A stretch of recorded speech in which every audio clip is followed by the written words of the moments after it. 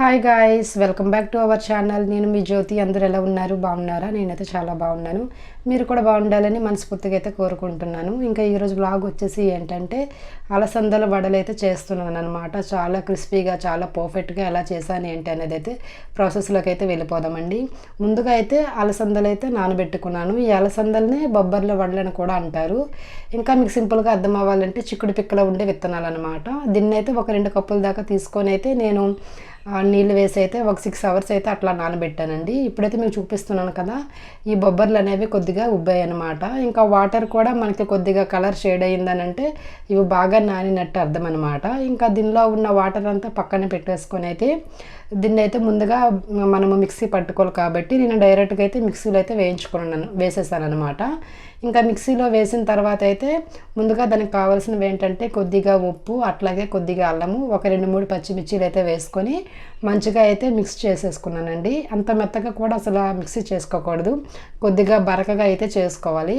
అట్లా కచ్చా పచ్చగా చేసుకుంటే మనకి వడలు అనేవి బాగా వస్తాయి అన్నమాట. ఇప్పుడు మీకు చూపిస్తున్నాను కదా, అట్లా చేసుకుంటే బాగుంటుంది. ఇంకా అందులోకి అయితే నేను ముందుగా కట్ చేసి పెట్టుకున్న ఒక ఉల్లిపాయ అనేది వేసుకుంటున్నానండి. ఇంకా ఆల్రెడీ ఎందుకంటే పచ్చిమిర్చి మనం వేసేసాం కాబట్టి ఇంకా లైట్గా ఒక ఉల్లిపాయ అయితే కట్ చేసుకుని చిన్న చిన్న ముక్కలుగా అయితే వేసుకుంటున్నాను. అలాగే కొద్దిగా జీలకర్ర కూడా వేసుకున్నాను.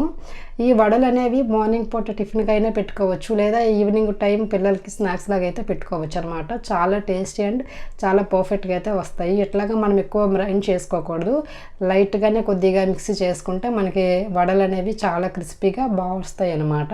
ఇప్పుడైతే కొద్దిగా జీలకర్ర వేసుకున్నాను కదండి, కొద్దిగా లైట్గా గరం మసాలా అనేది వేసుకుంటున్నాను. కారం కూడా వేసుకోవచ్చు, ఇంకా మనకి పిల్లలు తినాలి, ఇంకా మనకి టేస్ట్ ఇంకా బాగుండాలంటే అన్నీ వేసుకోవచ్చు. కారము, కొద్దిగా పసుపు అన్నీ వేసుకోవచ్చు. నేను మాత్రం అవి ఏం వేసుకోకుండా కొద్దిగా గరం మసాలా వేసుకొని అయితే మంచిగా కలుపుకుంటున్నాను అనమాట. ఇంకా కొద్దిగా కొత్తిమీర కూడా వేసుకొని అయితే కలిపేసుకున్నాను. ఇంకా ఇటువైపు అయితే ఆయిల్ అయితే హీట్ అవుతుందన్నమాట. ఈ వడలు అస్సలు ఆయిల్ అనేవి అసలు అబ్జర్వ్ చేసుకోవు, ఎంత ఆయిల్ వేసామో అంతే ఆయిల్ మనకైతే మిగిలిపోద్ది అనమాట. ఇక్కడైతే మీకు చూపిస్తున్నాను కదండి, ఫస్ట్ అయితే ఒక వడలు అయితే వేసుకున్నాను. ఇంకా ఇటువైపు అయితే ఇంకా వడలు 1 by 1 అయితే అట్లాగే చేతితోనే మంచిగా అయితే అద్దుకున్నాను. అసలు విరిగిపోకూడదు అనమాట. ఇట్లాగ ఈ కన్సిస్టెన్సీలో ఉంటేనే మనకి వడలు అనేవి బాగా వస్తాయి. ఇంకా నేనైతే ఇప్పుడు మీకు చూపిస్తున్నాను కదా, ఇదే షేప్లో అయితే మంచిగా అయితే అద్దుకుంటున్నాను. అలా అద్దుకొని అయితే ఇంకా ఆయిల్ బాగా హీట్ అయిన తర్వాత వేసేసుకుంటే మనకు అనేవి బాగా వస్తాయి. ఇంక ఇటువైపు అయితే చూస్తున్నారు కదా, అటువైపు వడ అయితే కొద్దిగా అంటే కలర్ అయితే చేంజ్ అయిందనమాట, బ్రౌన్ కలర్లో. ఇంక ఇప్పుడైతే మీరు చూపిస్తున్నాను కదా, ఇట్లాగా ఈ కలర్లో వచ్చినప్పుడు అయితే తీసి పక్కన పెట్టుకుంటే చాలా బాగుందనమాట. ఇంకా 1 by 1 ఇంకెంత అయితే ఉందో అన్నీ అయితే 1 by 1 అయితే అట్లా వేసేసుకున్నానండి. చాలా సింపుల్ రెసిపీ అనమాట, పిల్లలు చాలా ఇష్టంగా తింటారు. నేను ఇదివరకు ఈ బొబ్బర్లు అనేవి ఈవినింగ్ పూట నానబెట్టి ఉడకబెట్టి అయితే ఇచ్చేవాళ్ళు పిల్లలకి. ఇవి అసలు తినేవారు కాదు, గుగ్గులు అయితే బాగా ఇష్టంగా తిన్నారు. ఇంక ఇవి ఇట్లా తినట్లేదని చెప్పేసి అయితే నేనైతే ఇంకా అలసందలతో అయితే వడలు చేస్తే బాగా తింటారని చెప్పేసి అయితే నేనైతే ఈ రెసిపీ అనేది ట్రై చేశాను అనమాట.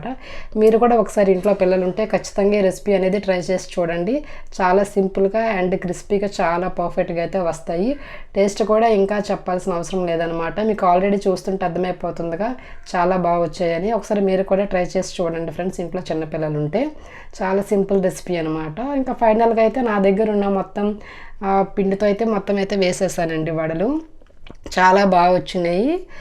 ఇంకా ఫైనల్గా అయితే ఇంకా అన్నీ వేయించుకున్న తర్వాత అయితే మంచిగా ఒక ప్లేట్లో అయితే సర్వ్ చేసుకున్నాను. ఈ వడలకి ఇంకా వేరే టేస్టీగా సపరేట్గా మనము చట్నీ ఏం చేయాల్సిన అవసరం లేదు, వేడివేడిగా తింటేనే దీని టేస్ట్ అనేది బాగా వస్తుంది. ఇంకా అక్కడైతే మీకు చూపిస్తున్నాను కదా, అసలు లోపల ఉడికిందా లేదా, ఎట్లా ఉంది ఏంటనేది ఇట్లా మీకు ఆల్రెడీ కనిపిస్తూ ఉందన్నమాట. అలసందలు అనేవి అట్లా ఉంటేనే మనకి పర్ఫెక్ట్గా వచ్చినట్టు అనమాట వడలు అనేవి.